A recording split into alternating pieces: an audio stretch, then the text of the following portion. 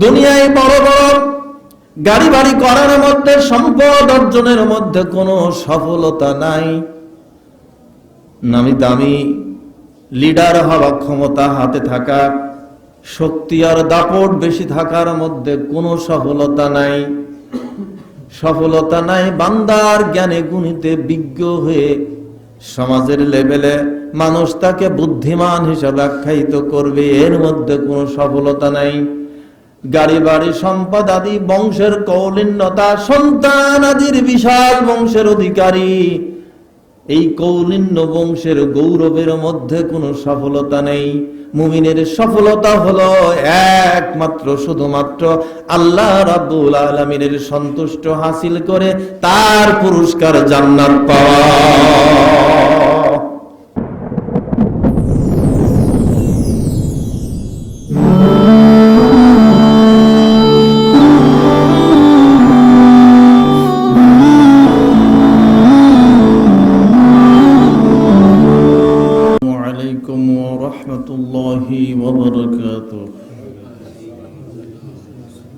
إن الحمد لله نحمده ونستعينه ونستغفره ونؤمن به ونتوكل عليه ونعوذ بالله من شرور أنفسنا ومن سيئات أعمالنا من يهده الله فلا مضل له ومن يضلله فلا هادي له ونشهد أن لا إله إلا الله وحده لا شريك له ونشهد أن سيدنا ونبينا ومولانا محمدا عبده ورسوله الذي أرسله بالحق بشيرا ونذيرا وداعيا إلى الله بإذنه وسراجا منيرا فقد قال الله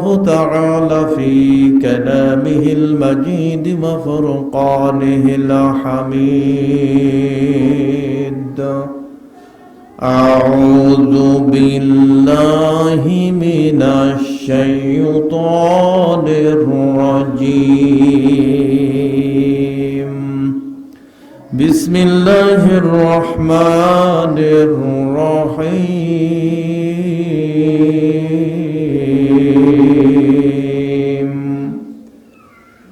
قل إن كنتم تحبون الله فاتبعوني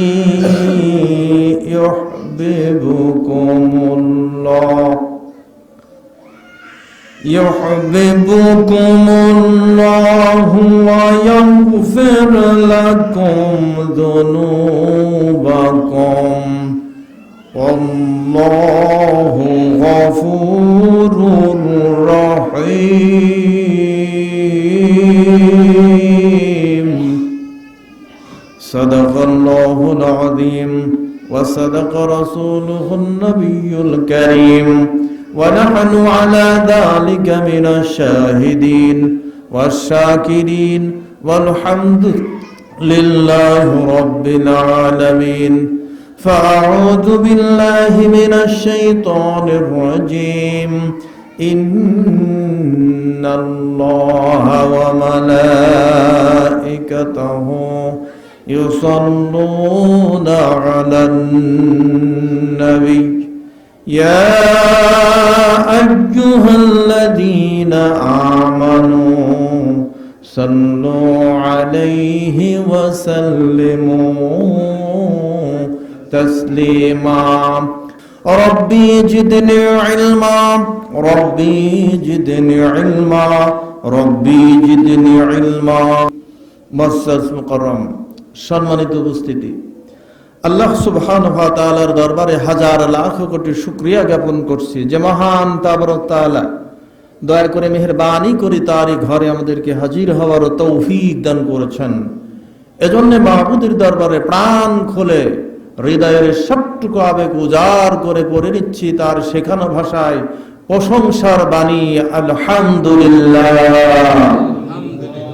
হাজার লাখ কোটি দরুদ ও সালাম প্রেরণ করছি ওই নবীর প্রতি যাকে আল্লাহ পাক শেষ জামানার শ্রেষ্ঠ রাসূল সাইয়্যিদুল মুরসালিন করে আমাদের কাছে প্রেরণ করেছিলেন, আখির জামানার পয়গম্বর জনাব মুহাম্মদুর রাসূলুল্লাহ সাল্লাল্লাহু আলাইহি ওয়াসাল্লামের প্রতি। সম্মানিত সুধীজন, আমি আপনাদের সম্মুখে পবিত্র কোরআনে মাজিদের 3 নম্বর সূরার 31 নম্বর আয়াতে কারীমা তেলাওয়াত করেছি। সূরাতুল আল ইমরান এর 31 নম্বর আয়াতে কারীমাটি তেলাওয়াত করেছি। সংক্ষিপ্ত পরিসরে এখান থেকে আমার আলোচনার পরিসমাপ্তি হবে। আল্লাহ পাক যেন আমাদের আজকের আলোচনা থেকে ফায়দাবান করে, শিক্ষা নিয়ে বাস্তব জীবনে আমল করার তৌফিক দান করে। এজন্য সবাই বলুন আল্লাহুম্মা আমিন।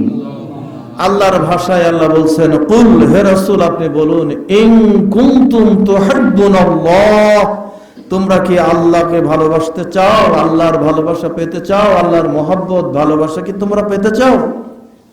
ইন কুনতুম তুহিব্বুনাল্লাহ, তোমরা কি আল্লাহর ভালোবাসা পেতে চাও? ফাত্তাবিউনি, আমি নবীর অনুসরণ করো। তাহলে ফাত্তাবিউনি, ফা মানে অতঃপর, ইত্তিবা শব্দের অর্থ হলো অনুসরণ করা, নি আমাকে, ফাত্তাবিউনি, তোমরা আমার অনুকরণ করো।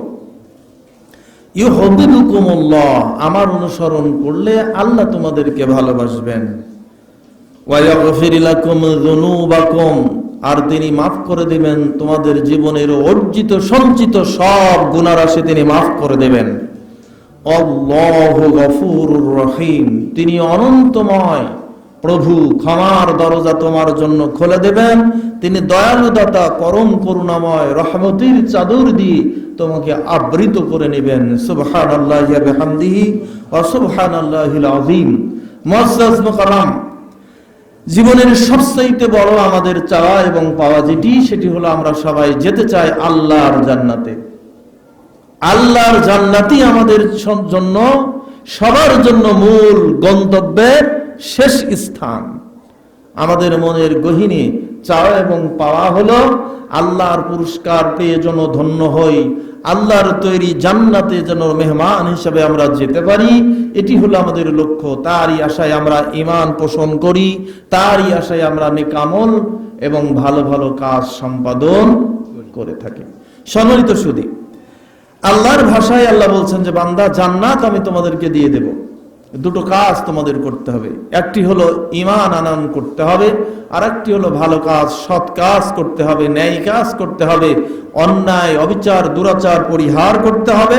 তাহলে তোমাদেরকে আমি আল্লাহ বড় পুরস্কার হিসাবে জান্নাত দান করব, যে জান্নাতের তলদেশে প্রবাহিত হবে তোমাদের জন্য ঝর্ণা ধারা, নহর প্রবাহিত হবে।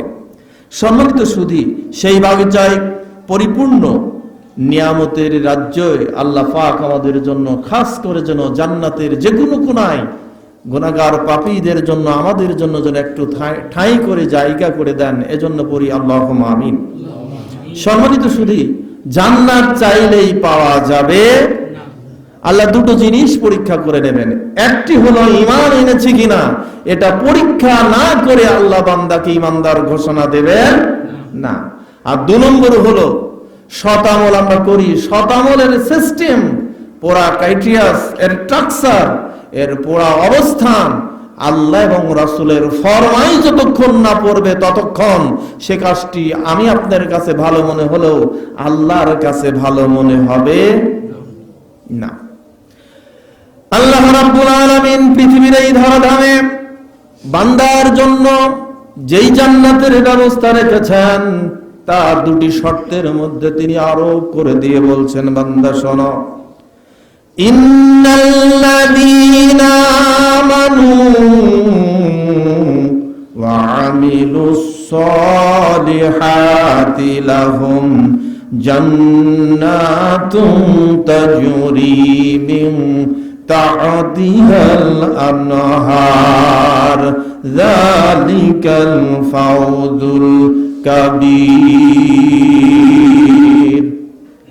নিশ্চয় যারা ঈমান আনয়ন করবেন এবং সৎ কাজ সম্পাদন করবে, ভালো ভালো কাজ সম্পাদন করবে, তাদের জন্য আমি রাব্বুল আলামিন রেখে দিয়েছি জান্নাতে পরিবেষ্টিত নিয়ামতে পূর্ণ সেই পুরস্কার, যেই জান্নাতের বাগানে তারা প্রবাহিতমান ঝর্ণাধারা দেখতে পাবে সেই জান্নাতের মধ্যে হাজারো নাজ এবং নিয়ামত। এটি আমি রাব্বুল আলামিন তাদের প্রবহমান চলন্ত এবং বাস্তবতার নিরিখে জান্নাতের মেহমান বানায়া দেব, যেটি আমি রাব্বুল আলামিনের কাছ থেকে তারা পাওয়া সবচেয়ে বড় সাফল্য। মুমিন ব্যক্তির সবচেয়ে বড় সাফল্য হলো আল্লাহর জান্নাতে প্রবেশ করা। বন্ধুগণ, দুনিয়ায় বড় বড় গাড়ি বাড়ি করার মধ্যে, সম্পদ অর্জনের মধ্যে কোনো সফলতা নাই। নামি দামি লিডার হওয়া, ক্ষমতা হাতে থাকা, শক্তি আর দাপট বেশি থাকার মধ্যে কোনো সফলতা নাই। সফলতা নাই বান্দার জ্ঞানে গুণিতে বিজ্ঞ হয়ে সমাজের লেভেলে মানুষ তাকে বুদ্ধিমান হিসাবে আখ্যায়িত করবে, এর মধ্যে কোনো সফলতা নাই। গাড়ি বাড়ি সম্পদ আদি, বংশের কৌলিন্যতা, সন্তান আদির বিশাল বংশের অধিকারী, এই কৌলিন্য বংশের গৌরবের মধ্যে কোনো সফলতা নেই।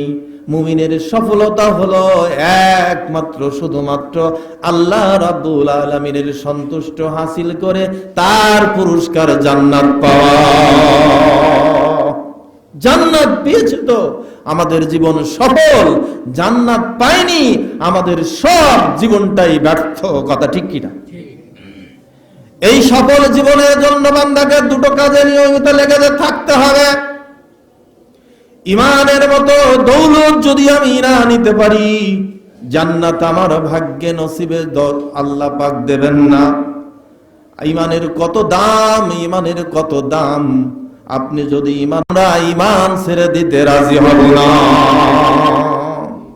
বিশ্বনবী বলেছেন, ইমান যদি সরিষার দানা পরিমাণ, জাররা পরিমাণ ইমান নিয়ে আল্লাহর দরবার পর্যন্ত মুমিন যে পৌঁছতে পারবে, কবরে হাসরে ফুলসুরাতে আখিরাতের ময়দানে জাররা পরিমাণ ইমান নিয়ে কোনো ব্যক্তি যখন হাজির হয়ে যাবে, আমার রব্বুল আলামিন তার জিন্দিগির গুনাহ খাতাগুলিকে সব মুছে দিয়া ওই জাররা পরিমাণ ইমানটাকে বড় করে তুলিয়ে ধরে আল্লাহর পক্ষ থেকে 10টা পৃথিবীর সমান একটা জান্নাত তাকে দান করে দেবে।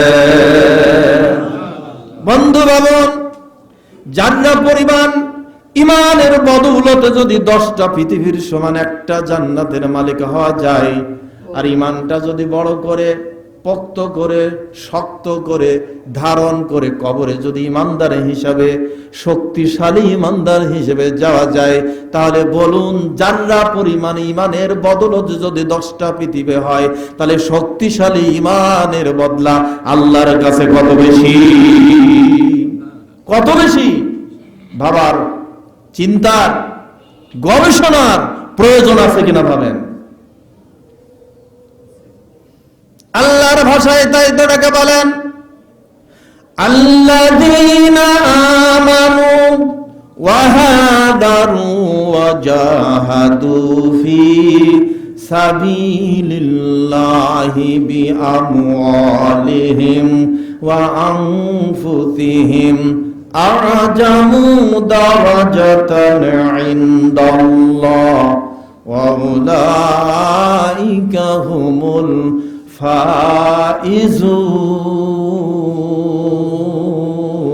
ফাইজুন।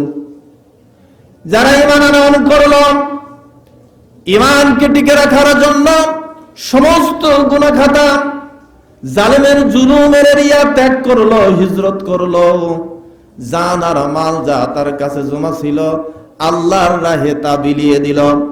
জীবন দিতে রাজি, সম্পদ দিতে রাজি, সম্পদ বিলাতে রাজি, জীবন বিলাতে রাজি, এলাকা ছাড়তে রাজি, ঘর বাড়ি ছাড়তে রাজি, হিজরত করলো, সম্পদ আর জান আল্লাহর রাস্তায় বিলিয়ে দিল। আল্লাহ বলেন এদের মর্যাদা আমি আল্লাহর কাছে সবচেয়ে বেশি। আল্লাহ রাব্বুল আলামিন এর কথা বলেন নাই, বড় মুহাদ্দিস হলে তার দাম বেশি। আল্লাহ রাব্বুল আলামিন বলেন নাই মুফতি মুহাদ্দিস হলে দাম বেশি, বড় তাফসীর কারক হলে দাম বেশি, বড় রাজনীতিবিদ হলে দাম বেশি, বিশাল সম্পদের অধিকারী হলে দাম বেশি। আমার আল্লাহ তা বলেন নাই।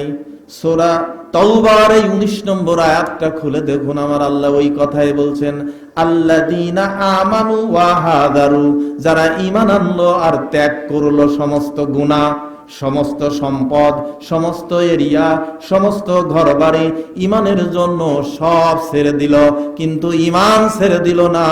তাদের মর্যাদা দারাজাতুন ইনদাল্লাহ, তাদের মর্যাদা আল্লাহর কাছে সবচেয়ে বেশি।